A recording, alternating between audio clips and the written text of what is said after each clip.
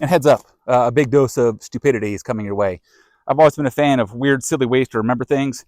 I think most of our brains operate similarly. If I teach you something in a weird, quirky way, you're probably going to remember the weird things I said more easily than the whole concept of the learning lesson. So if you can remember some weird stuff I say, then you can remember how to navigate with the moon. Hello world, Will White here, Pike Camp Survival School. I want to give you a pro tip on navigating with the moon using a bow and arrow as your reference point. Some of you may already be familiar with this, some of you may not. The whole concept I'm trying to go over in a simpler, easier way to remember is basically how the moon and sun work together. When the sunset is occurring, when the sun goes out of sight, it's essentially still shining light on the moon, lighting up one side of the moon, which gives us that crescent look.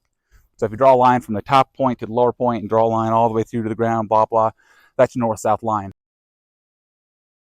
That works fine, but I'm going to show you my way to remember it to help you. All you got to know is, what sound does the arrow make when it flies? Did you hear it? Whee! So let's break this down really quick. This is my awesome $1 million drawing. That's the crescent moon. You can see it's shaped similar to a bow. Now, here's how this works. Pay attention all the way through, because at the end, I'm going to tell you something that really, really matters that can make you 100% accurate or 100% inaccurate. So stay with me. I'm not going to use that. We have to wait till dark. And the later you wait into the evening, the more accurate this will be. So what happens is, as the sun is setting, it's illuminating a certain side of the moon. Sun sets in the west, so it's going to illuminate the west side of the moon. Now you have light refraction and all these other things. Don't worry about that. We're trying to find a road that we know is west, or we're trying to find a truck which is on a road that we know is west, or maybe it's north, whatever it is. We're finding one direction so we can find the remaining three. As the sun is setting, it's going to illuminate the west side of the moon until something called solar midnight. Solar midnight is when the sun is exactly opposite of yourself in your current location. Let me say that again. Solar midnight is when the sun is exactly opposite of your current location. So if I'm here, okay, solar midnight is basically 180 degrees from my location.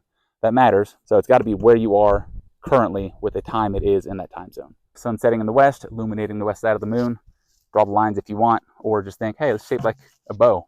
The only direction an arrow can fly with the bow is this way, which will be west. So when the moon is crescent, like a bow, where's the arrow going to fly? Whee, for west. Now you know. Stay alive as long as you can, okay? Now you may be asking yourself, won't this be different in the morning? And the answer is a solid yes. The sun rises in the east, illuminating the east side of the moon. Sun sets in the west, illuminating the west side of the moon. Easiest way to remember it is anytime you have the shape of a bow and it's dark, whichever direction the arrow is going to fly, as long as we're not passing solar midnight, whichever direction that arrow is going to naturally fly is going to be east or west. And we all know in the morning, sun rises in the east, sets in the west. Use that as your template, easy to figure out.